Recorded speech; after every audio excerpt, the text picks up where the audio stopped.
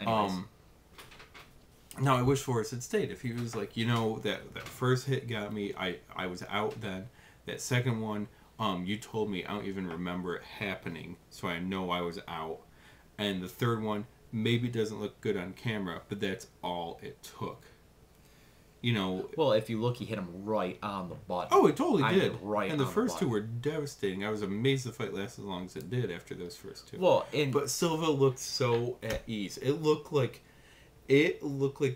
Forrest was fighting in slow motion against Silva. If you look at Silva, he just moved. Yes. He saw everything. It was like when Neo discovers the Matrix. He's just like, oh, well, the hand goes right by me.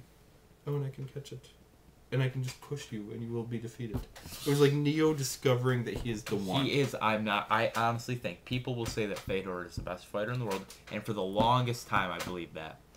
Anderson Silva is without a shadow of a doubt the best fighter in the world right now, bar none. Now, do you think part of Anderson Silva doing that and having such a balls out fight, where he's just standing there like, fucking hit me, dude, try it, where he's just egging him on, hands down, no guard or anything whatsoever. Do you think part of Silva just being so damn cocky, and deservedly so, for that fight, we talked about this, was because of how his previous fights went? Because his last, 2 or 3 have been embarrassing. I think so. Do you think he's like, I'm going to prove a point, I don't care that's Forrest Griffin, someone's getting their ass kicked? He has garnered so much criticism over the past friggin' 6 months for his fights with Cote and 2 or with 3 Lades. fights that were terrible. He fought Cote, where Cote went down with the injury. That was awful. And then it wasn't his fault, but the fight was awful leading up to it. He fought Lades, who kept dropping to his back. Right. Yeah. Which neither of them were his fault, but he kept garnering. I thought there was a third one I found terrible. Maybe not. Who did he fight before that? He fought. I don't remember. He might have fought Irvin before that. Yeah, because it was last July he fought. How far did they go? It was the Night of Affliction. They had Irvin and did it go? Silva. Did he knocked him out in the first round. Okay, then the last 2. He grabbed his foot and punched him right in the face. All right, the last 2, but they were so bad, and he was embarrassed by it. Like I thought. So who's the second one? There was a guy that got injured, and then Talis Lades. Lades. Okay, I thought the fight with Lades that he would just go all out. Like I'm not gonna have another fight on like that, and he drops to his back. It was like watching Antonio Inoki and Andre Giant. But he was trying to do interesting stuff at the same time. Like he was trying to do Lades? No, Silva. He was trying out different. Oh, I'm not faulting Silva with that one. I'm faulting Lades for being a bitch. Oh, definitely, yes. If you're in there for a world championship, people like me would die for a shot at something like that, and you just fall to your back. I understand it's a game plan, but eventually you have to realize your game plan. Eventually, your game plan doesn't work, and you're not winning the title or getting a bonus for a 5-round fight going like that. If it was a 3-round, I'd still be annoyed, but not as much. Yeah, 5, I was like, you've got to be kidding me. Antonio Inoki, Andre Giant, just dropped down and did his crab walk. What? You never heard that? Does a crab walk? He dropped down like this and was just kicking at Andre's feet and wouldn't stand up. Why? And wrestle with him. Because it's fucking Andre Giant. He's this tiny little Japanese guy. Yeah, he's jacked, but he still can get destroyed. Have you ever read Andre Giant stories? He used to like to take like 4 or 5 geishas to the hotel room at once and just destroy them. I've heard about that. Poor Asian cooters. Thanks to Hogan. And then the bathrooms would be too small, so we'd rip down the shower curtain, throw it on the bed, and take a big dump on the bed. Just leave. It's because it's Andre. What do you expect? He wasn't that big, though, really. Like, if he's doing stuff like that, what the hell's Big Show or freaking Khali doing? That's a good point. Is Andre legitimately the biggest out of those 3? No. Andre was... Don't you remember WrestleMania 3, Andre Hogan, eye to eye, and it wasn't that much of a difference? No. Andre was actually only like... Again, I will reiterate it. I wasn't born yet. WrestleMania 3. I wasn't born yet. I thought you'd seen it. I've seen it, but it's not like I can picture the visual right now. No, Andre's only about 7 feet. And just Vince's marketing. How much did he weigh? He probably legit weighed over 400. So Big Show's I think they use... Oh, yeah. Yeah, Big Show's probably got an inch or so on him. Maybe not now, but when he started, probably did. Inch? Yeah. Thank you. But, like, what about Great Khali? Yeah, he's... Like, Khali must be, like, the Indian... Like, he must be, like, the Vishnu of toilets. The Vishnu of toilets? He just, like, destroys random hotel toilets with his kimchi and curry. Man. Not curry. I feel evil right now, and yet so happy for that line. Funaki. Funaki. Which, by the way, did you see Chris Jericho before Big Show was announced? His partner said, "My partner will be very evil." No, I did Like not. trying to fool the Smarks into him picking Funaki. Is Yeah, Funaki who the hell's even gonna with the believe that? company? Yes, I'm pretty sure he is. He's one of those guys who will never get released. Nah, you never know. Really? Why? Because of Val Venus?